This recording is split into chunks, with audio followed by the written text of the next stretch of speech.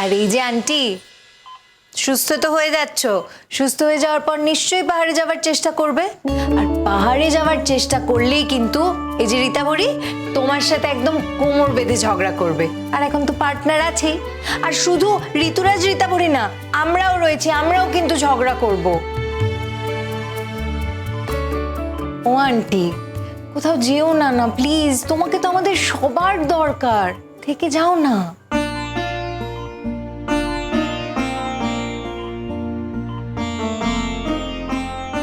তুমি কাঁদছো কেন? এতক্ষণ ধরে তো আমাকে বলছিলে আমি কেন কান্নাকাটি করছি। কেন কাঁদছো? আমি কি তোমাকে এতটাই কষ্ট দিয়েছি? কেন কাঁদছেন বলুন তো? কি হয়েছে আপনার? আচ্ছা, আমায় কি আপনার এতটাই অযোগ্য বলে মনে হয়? যে মেয়েকে আপনি জীবনে সর্বস্ব দিয়ে বড় করেছেন, তাকে আমার হাতে তুলে দিয়ে শান্তি পাচ্ছেন না, তাই না? তাই তো বলুন। ওসব তোমরা বুঝবে না। বুঝিয়ে দিন না। ভালো থেকো। তোমরা ভালো থাকলে আমিও ভালো থাকবো। আর কিছু বলার নেই। যাও, দেরি করো না। আর কিছুই বলার নেই। সাবধানে যাও, দেরি করো না। আর মাম্মা, দাদা, জেঠুমণি সবাই তোমার জন্য বাইরে ওয়েট করছে। সবার সঙ্গে কি একবার কথা বলবে? আমার জন্য অপেক্ষা করছে। হ্যাঁ আন্টি, তুমি তো খুব ভালো করে জানো দাদান তোমাকে খুব ভালোবাসে।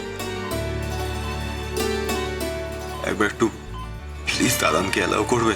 অনেকক্ষণ ধরে অপেক্ষা করছে বাইরে, খুব টেনশনে আছে। আমি একবার নিয়ে আসি, ওনাকে আসতে বলি। নিশ্চয়, জেঠুমণিকে আসতে বলো।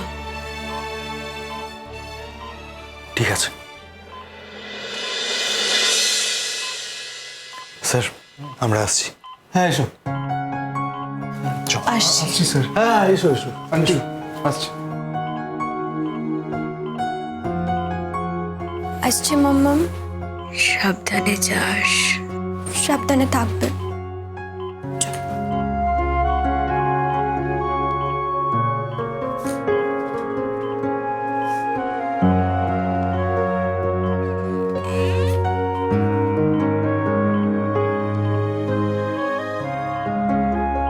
আপনি কিন্তু একদম আমার অবাধ্যতা করবেন না, কেমন?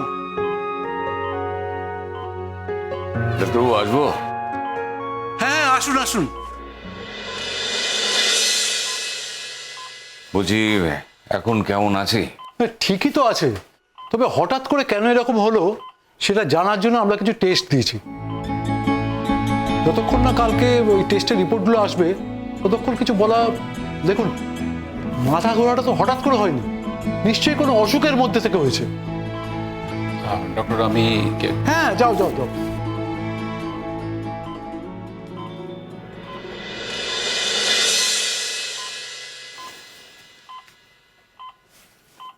তারপর গুড্ডি, কেমন লাগছে এখন? সারা জীবন তো অনেক ফাইট করলে। দেখো, রিপোর্টে যাই বেরোক, আমি কিন্তু শিওর তুমি আবার ফাইট ব্যাক করবে। কারণ দেখো, তোমার সঙ্গে আমাদের একটা সময় একটা খুব সুন্দর সুসম্পর্ক তৈরি হয়েছিল। হ্যাঁ, যে কোনো কারণে সেটা হয়তো টেকেনি, কিন্তু এখন কিন্তু আমরা সবাই চাইছি যে তোমার সঙ্গে আমাদের আবার একটা সুসম্পর্ক তৈরি হোক, আর সেটা যেন সারা জীবন স্থায়ী হয়। আর ঠিক এই কারণটাতেই তোমাকে এখনো খুব ভালো থাকতে হবে, অনেকদিন বাঁচতে হবে, তাই তো? শুনলাম নাকি তুই পাহাড়ে যাওয়ার প্ল্যান করছিস? ওসব পাহাড়ে টাহাড়ে যাওয়া হবে না। পাহাড়ে যদি যেতেই হয় আমাকে সঙ্গে নিয়ে যাবি, আমি যাবো তোর সঙ্গে। কি কি যে বলো জেঠুমনি। যা বলছি ঠিক বলছি। একবার তো ছোট বয়সে গিয়েছিলাম না পাহাড়ে, থাকতেও তো চেয়েছিলাম, কিন্তু তারপরে তো তুই কলকাতায় চলে এলি আর আমার থাকা হলো না। কিন্তু এই বয়সে আর তুই আমাকে বাধা দিতে পারবি না, আমার তো সব দায় দায়িত্ব শেষ। কাজে যদি যেতেই হয় তাহলে আমিও সঙ্গে যাব, নাহলে তোর পাহাড়ে যাওয়া হবে না। আচ্ছা, আমি আমার মেয়ের কাছে থাকবো, ক্ষতিটা কি? অসুবিধা তো কিছু নেই। পরে দেখা যাবে। তোমরা যাও, তোমরা না গেলে তো ওরাও যেতে পারবে না। অনুষ্ঠান, কত লোক অপেক্ষা করছে বলো তো তোমাদের জন্য। যাও। তাছাড়া আমি বেটার আছি আগের থেকে, চিন্তা করার কোনো কারণ নেই। না না, তুই আমার কথা দে, তুই না বলে কোথাও চলে যাবি না। না গো জেঠুমনি, আমি আর কোথায় যাব? যাওয়ার জায়গা কোথায়? কোথাও যাওয়ার জায়গা নেই। তোমরা যাও, প্রণাম নিও, সাবধানে যেও।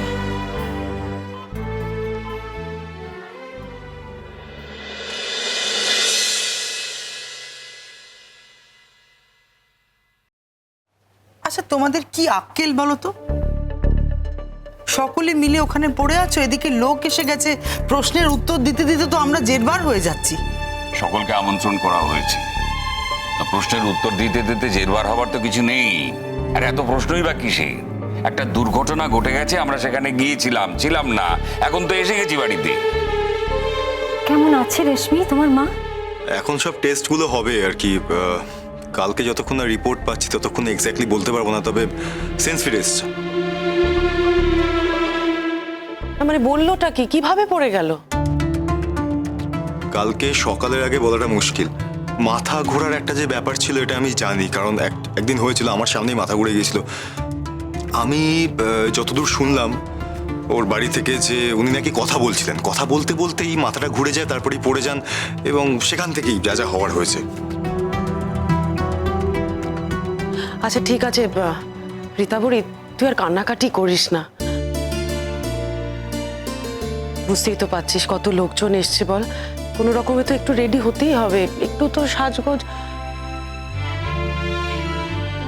কি করবি বলতো? দেখ, জীবনের সবটাই খুব ইম্পর্টেন্ট পার্ট। এই যে তুই তোর মাকে দেখে এলি, সেটা যেমন ইম্পর্টেন্ট, তেমনি এই দিনটাও কিন্তু তোর জীবনে খুব ইম্পর্টেন্ট রীতাবরী। বারবার কিন্তু এই দিনটা ফিরে আসবে না বাবা। তাই আমি বলছি, তুই আমার কথা শোন, একটু রেডি হয়ে নিবি বাবা। কিন্তু বলছে কি ফুল, কেন করছো এরকম? চলো আমার সঙ্গে। হ্যাঁ পুবলু, তোকেও একটু ঠিকঠাক হতে হবে তো, যা।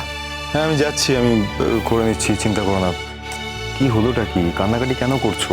কি হয়েছে? মারাত্মক কিছু নাকি? বললাম তো এতক্ষণ ধরে, শুনলেন তো, আবার কি বলবো আমি? না, তুমি তো ডাক্তার, তোমরা বুঝতে পারছো না কি হয়েছে? মানে বাঁচবে তো? বাঁচবে তো মানে? বাঁচবে না কেন আমার মাম্মাম? আমার মাম্মামকে নিয়ে এই ধরনের কথা কেন বলছেন? না বলছি আর কি, আসলে মেয়েটাকে তো আমরা অনেক বছর ধরে চিনি, ও এই বাড়িরই বউ ছিল। ছিল তো, তাতে কি হয়েছে? তা কিছুই হয়নি, আসলে তোমার বিয়েটাও তো ও মানতে পারেনি। আসলে এই একই বাড়িতে ও তো টিকতে পারেনি, সেই আঘাতেই হয়তো এরকমটা হলো।